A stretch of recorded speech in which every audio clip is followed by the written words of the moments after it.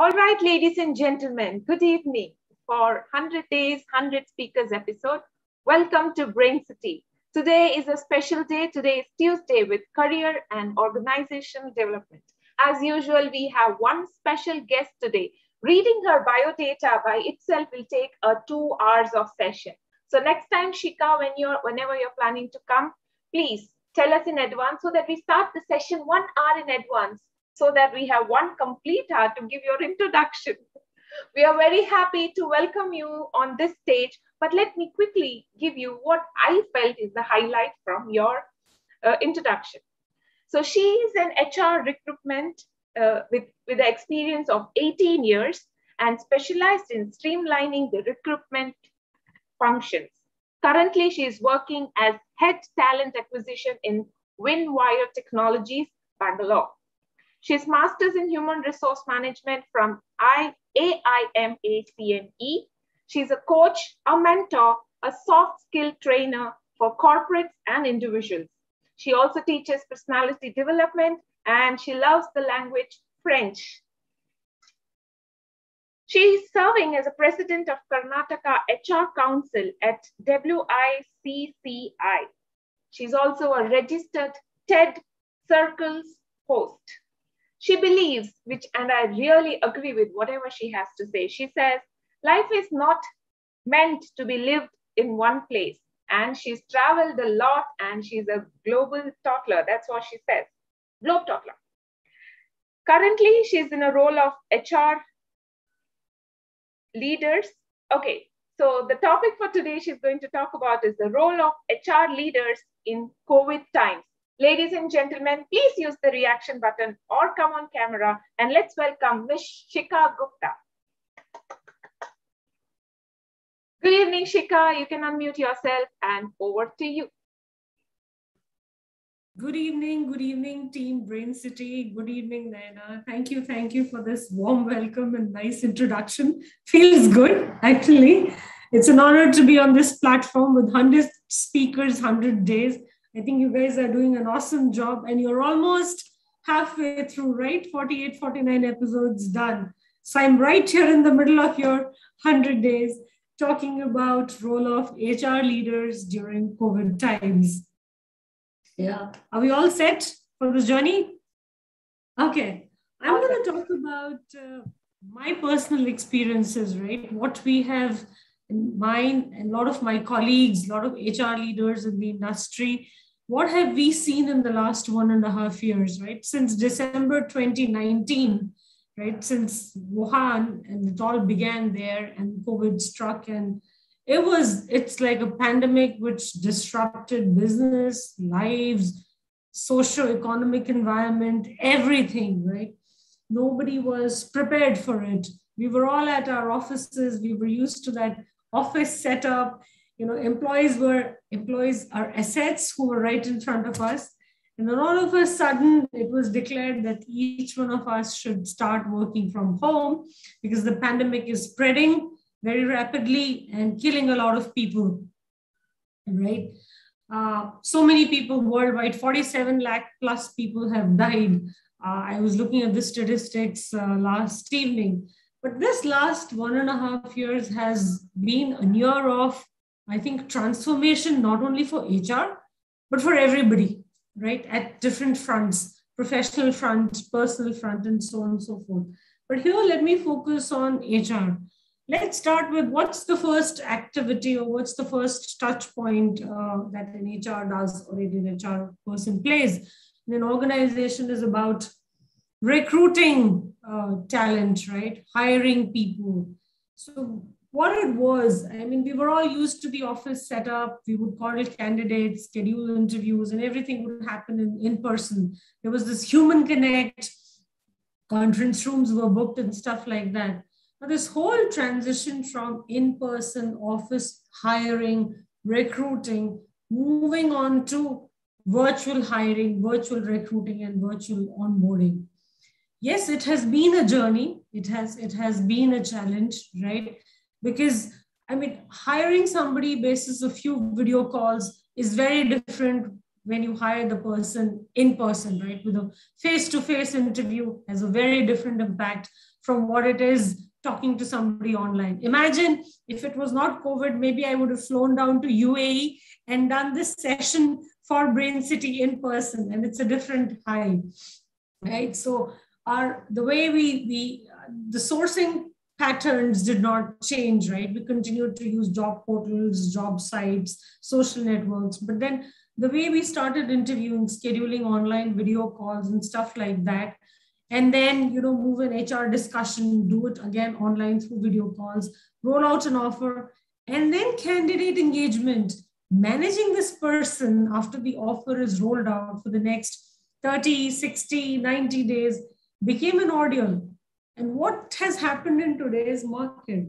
It has completely disrupted the equations of hiring. Any candidate you talk to in today's times is actually having 2, 3, 4 offers, right? It's become very easy to sit at home and attend multiple interviews, grab multiple offers, and you're not sure the candidate whom you have offered, whether this person will join or not.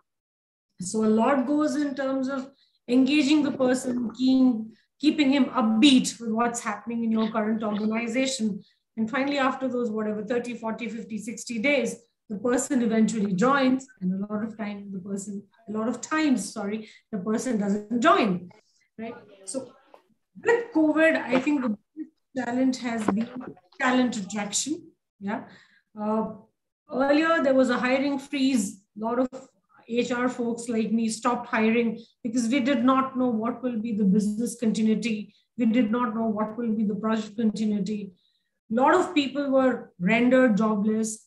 A lot of organizations went into downsizing, cost optimization, right? And all of that stuff, right? And then we began hiring, and then we moved to a virtual hiring model. So it's been a great shift. And I think all of us have now got used to it, that this is the way it is. This is how we are going to operate. You never know, 3 months, 4 months, 6 months, what it looks like, but that's the way it is. And finally, you engage the candidate, you keep him upbeat with your company's happenings. Recruiter connects are very strong. You get leadership, virtual coffee meets organized, to keep the candidate excited about the organization. All of this, which was happening in person has transitioned online. And yes, it has been a challenge.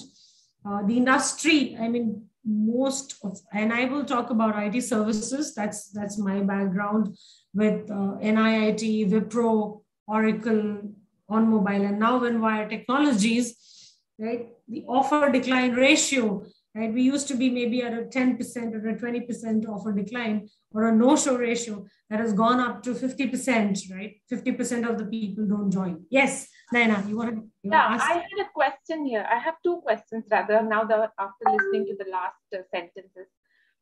First of all, were there any recruitment happening during this pandemic? Absolutely. So when we were struck by the pandemic, I think early 2020, which was probably Jan, Feb, March, April, is when most of the companies slowed down. We had hiring freeze and all that. But then when things started picking up, I think last 1 year, everybody has been hiring, irrespective of the segment, irrespective of whether it's a product or an IT services, irrespective of the technology, irrespective of the levels, everybody has been hiring. Just have a look at multiple job portals. There are so many jobs that are advertised, and everybody seems to be hiring. Okay, so my second question is, who used to decline, the candidate or the companies? Candidate. Really? Yes, the candidate. So, and it's a worldwide phenomenon, right? Say, for example, I'm a candidate and I'm working from office. If I have to attend an interview, I need a permission, right? I need a half day, I need 2 hours, 3 hours off, right, to go attend a couple of interviews, to grab an offer and so on and so forth. Today, I'm working from home, right? It's become very convenient for me to give multiple interviews, just put myself on D&D mode on Teams or whatever channel we're using for communication and attend interviews. So the candidates today have a choice. I have 2 to 3 offers and I'm comparing, which company is better, which brand is better, which role is better, which company is offering me more salary, more benefits, more, I don't know, even stock options for that matter. So I have plenty many choices, which I did not have while I was working from office or pre-COVID, because I was not in a position to attend so many interviews and grab so many offers. Today I am. And it's very easy for me to get multiple offers. So the candidates decline. Right? Well, on the other hand, we think that there are no jobs that side. And here the story is different. There are plenty many jobs in India. Yeah, everybody seems to be hiring, and all the hiring, most of the hiring, right, is always project based or assignment based or customer based. The business has picked up. Yes, when we were initially hit by the pandemic, it was quite a shocker for the entire industry, right? Customers slowed down, the business slowed down, forecasting or visibility was slightly less. But today, everybody is hiring. We're out of that rut of not hiring. Yeah. Lovely. Thanks. Yeah. Go ahead. Yeah. So after we finish hiring, the other big challenge which most of us are facing is assimilation, right? The candidate has never seen your office, right? Employee assimilation. So you do a world-class onboarding, you onboard him, you get the forms filled, you run him through a brilliant induction program, you assign his mentor, you assign a buddy, you assign the candidate to a project manager, all that is brilliantly done. What next? Now, this person hasn't had a flavor of your culture, of your organization, has never seen your office. He's got hired basis, 4 or 5 video calls. He doesn't know what it feels to be like, say, an X organization in a team scenario, right? Though there are a lot of collaboration tools like Zoom or Teams and so on and so forth, but this whole fun of being together, doing brainstorming meetings, problem solving, working together on the project, maybe doing late night shifts, maybe doing extras, that whole feeling of how an organization operates. And when I say culture, a lot of it is also driven by what is the ethos of the organization? What are the core values?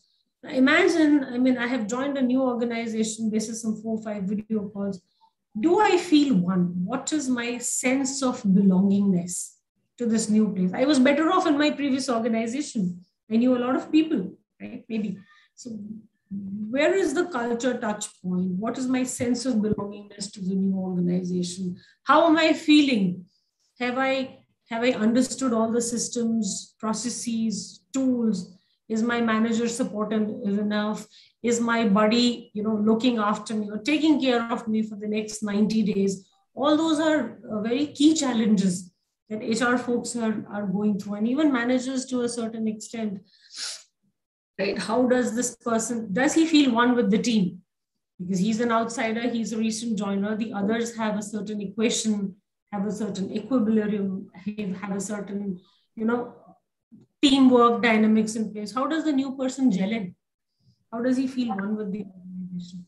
I think that's another challenge most of the HR folks, including myself, we are facing. So, the value of a human connect, when the new joiners join in an office, right? When you do those engagement activities, when you work in a team setup, in that kind of environment, very different, right? You feel like one, you feel like a family, right?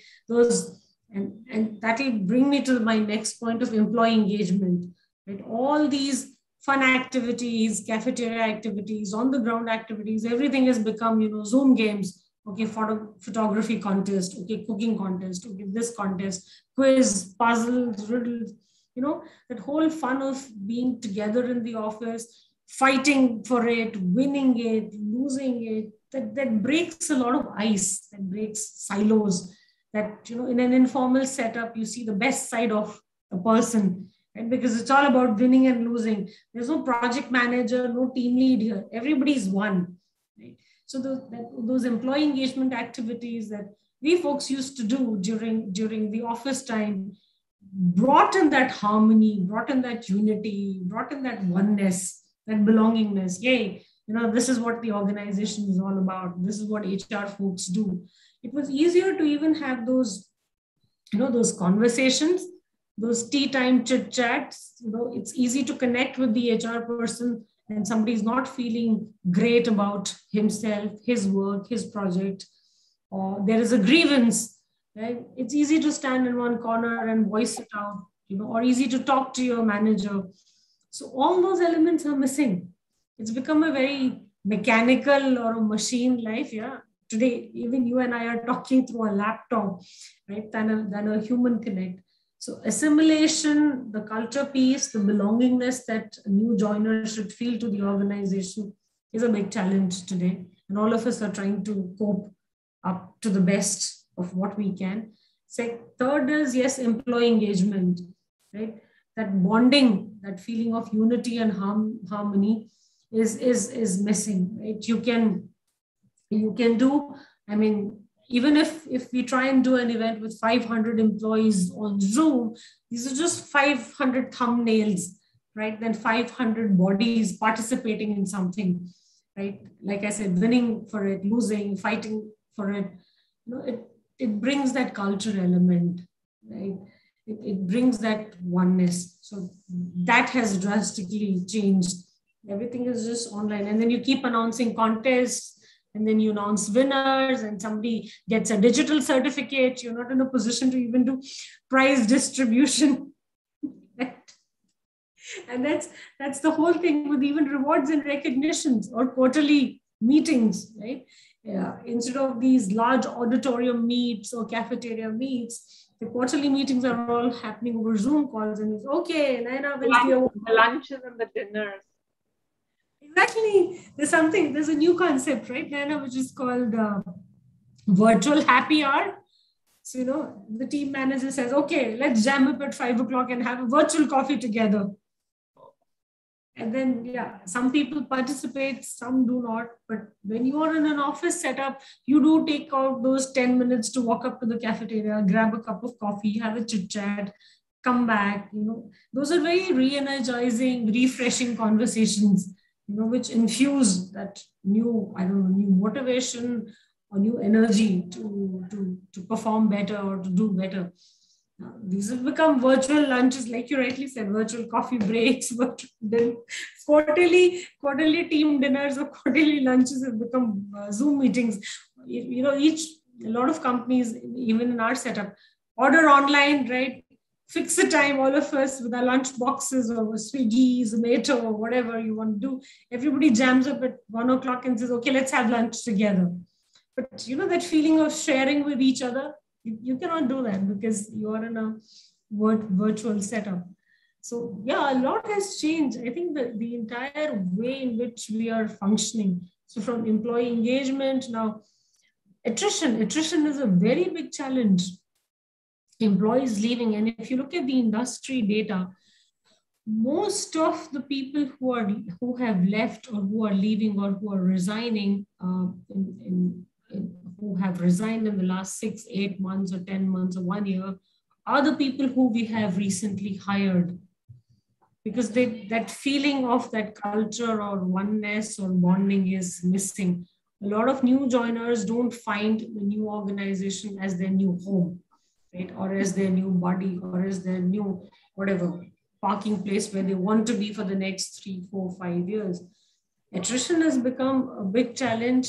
That's one piece of it. Second is opportunities are plenty in the market, right? And you have a lot of different kinds of organizations, right, offering 30, 40, 50% jumps, right, in the market, which is very lucrative for a candidate, even if he or she is not looking. Do you have the list of such companies?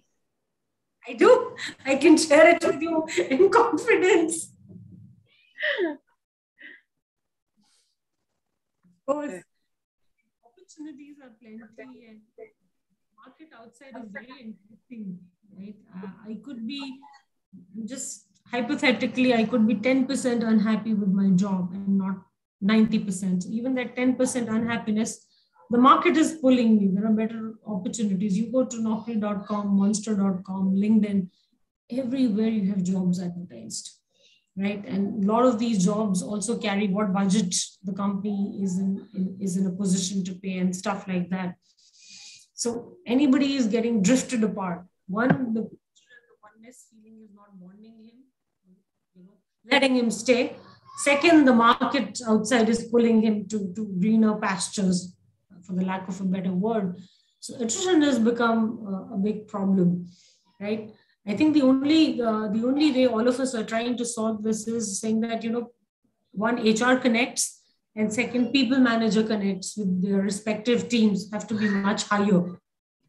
Maybe have to be more frequent, or maybe have to be more detailed.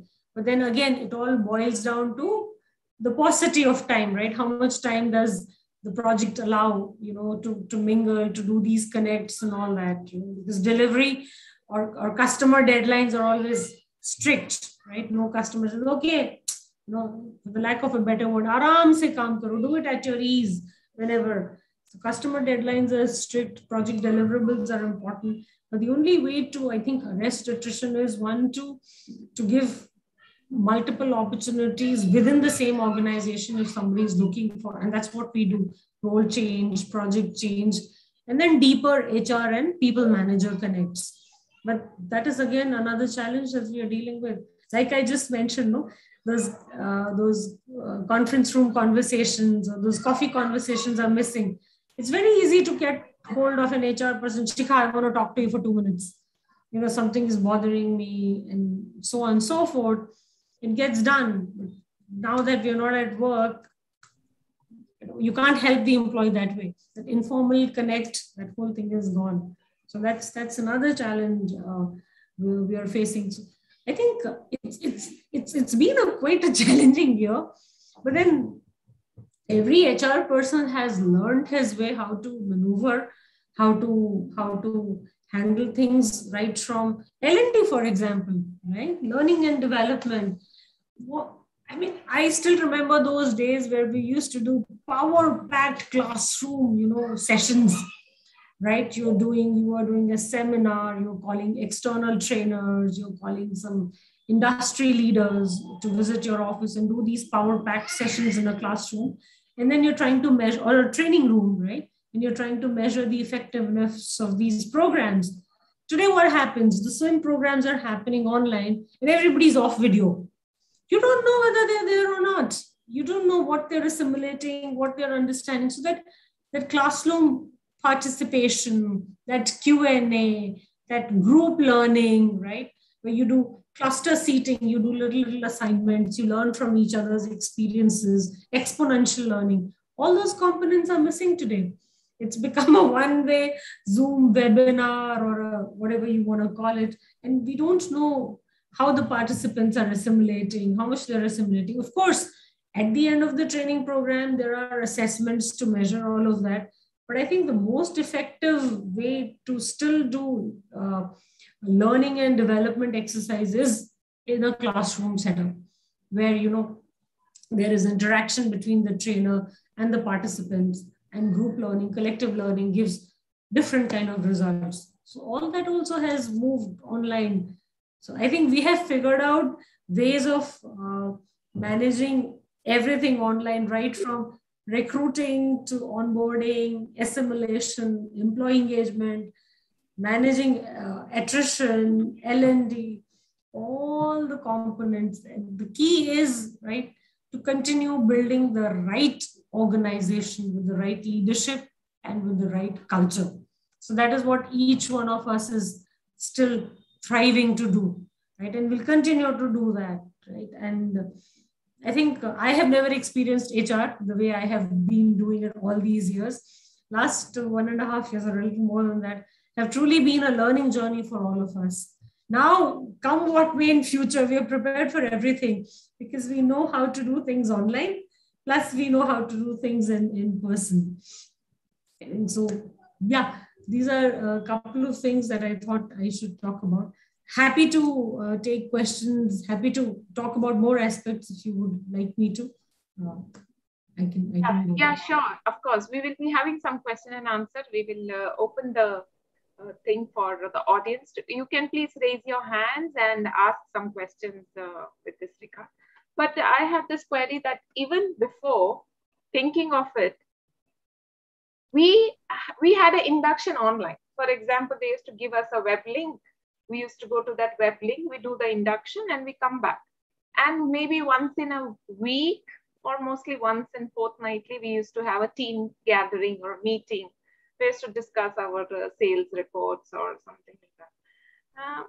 So not that I'm missing very much, but then I think work was going well.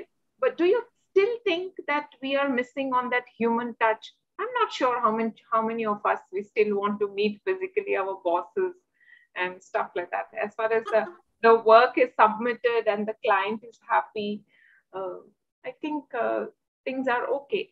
According to me, it is like that. So let us call for a debate. Who wants to take up and talk about the other side of what I feel? Is there anybody in the room who really think has to go to work? And yeah, Rajiv will always have, he can take any side of the debate, I must say. Lovely. Yeah, actually, video is not open. Yeah. Okay. Actually, Nana, I'm going to office off and on, and I'm meeting my subordinates, colleagues, and friends, everybody. But I just want to share the perspective of my daughter. She's working in Accenture. She's been in at home since last December. She was at that point of time, she was enjoying that I'm working from home. That is very good. But now when they announced that it will be still Accenture will be opening maybe in June or July 2022. Till then, she has to work from home. So she's really annoyed, and she said, now whatever may come after office opens, I'll be going to office every day. So I think that kind of thing is because people are missing and they are working more because of they are at home. So the companies think that, okay, they are at home, they can be given work at any point of time. At the moment she is working, it's almost 8, and otherwise she has to leave the office at 6, and then the computer is off.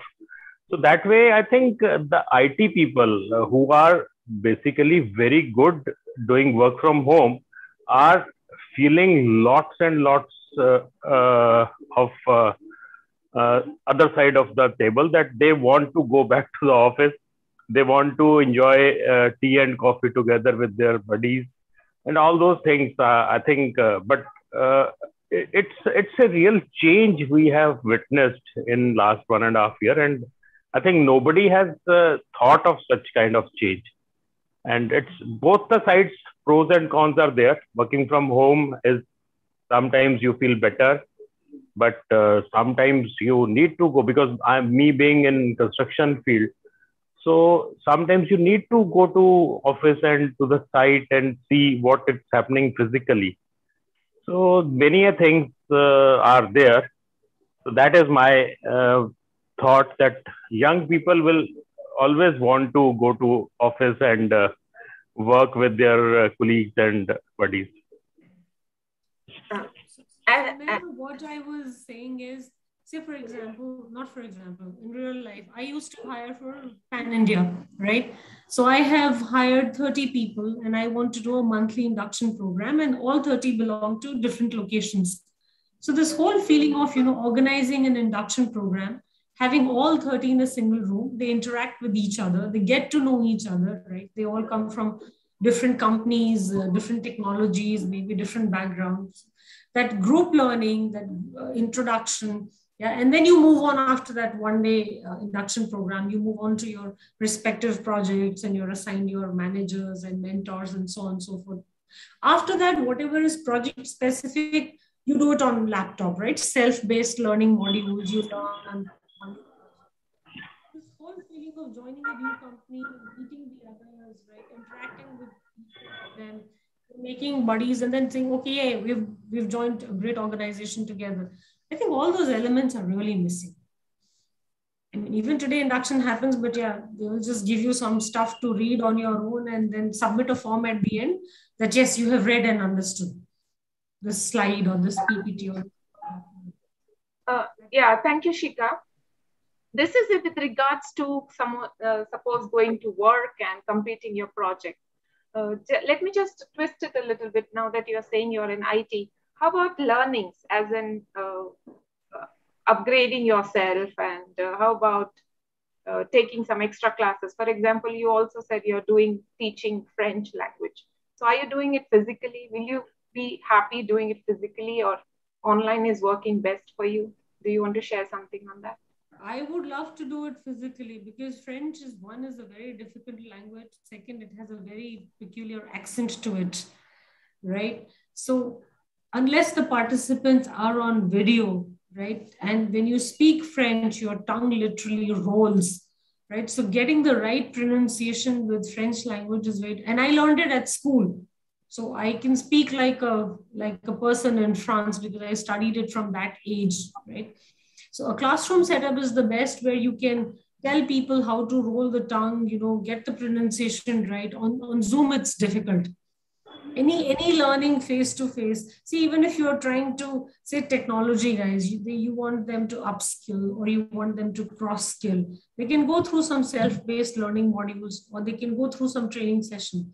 But if you have a one-on-one interaction with the trainer where you can do Q&A, right, where you can practice along with the trainer, nothing works best than that. I would any day prefer a classroom. That's my best case scenario. And people learn fast as well.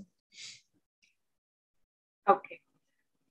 Anybody else in the room has any other questions or anything, any comments or something with regards to what Shikha is saying? Question in the chat window, I guess. Yeah. So I think we are almost on time to conclude the program. Can I ask Shana to stop